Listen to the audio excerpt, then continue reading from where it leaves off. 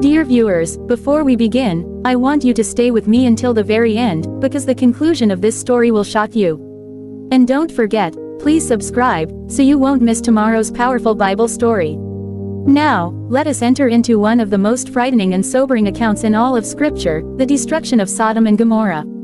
The Bible tells us that the cities of Sodom and Gomorrah had become places of great wickedness. Their sin had risen so high, it reached the throne of heaven itself.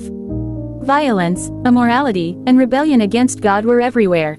The outcry was so strong that God sent 2 angels to investigate, to see for themselves if the cries of sin were as terrible as they sounded. These angels entered Sodom in the evening, and Lot, the nephew of Abraham, was sitting at the city gate. Lot, being a righteous man living in a corrupt place, urged them strongly, "Come, spend the night in my house." He knew what kind of danger awaited strangers in the streets of Sodom. But as night fell, the men of the city, both young and old, surrounded Lot's house. With wicked intentions, they demanded that Lot bring the strangers out to them. The evil of Sodom was no secret anymore, it was bold, loud, and unashamed.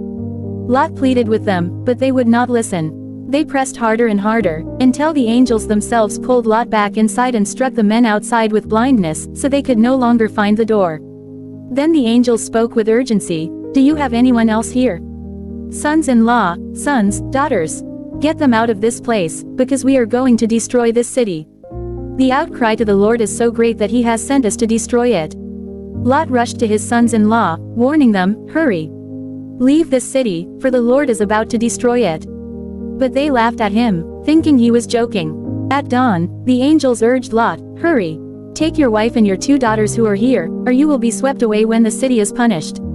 Still hesitating, Lot lingered, perhaps torn by the life he had built in that place. But the mercy of God was stronger. The angels took Lot and his family by the hand and led them out. And the angels gave this clear command, "Flee for your lives. Don't look back, don't stop anywhere in the plain. Flee to the mountains, or you will be destroyed."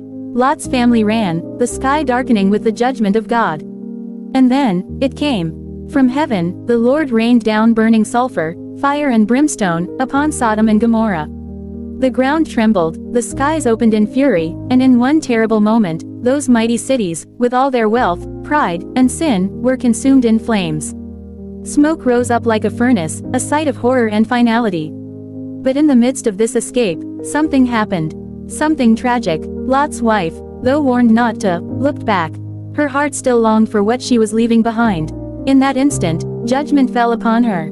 She became a pillar of salt, frozen in time, a warning for generations to come. Everything in those cities,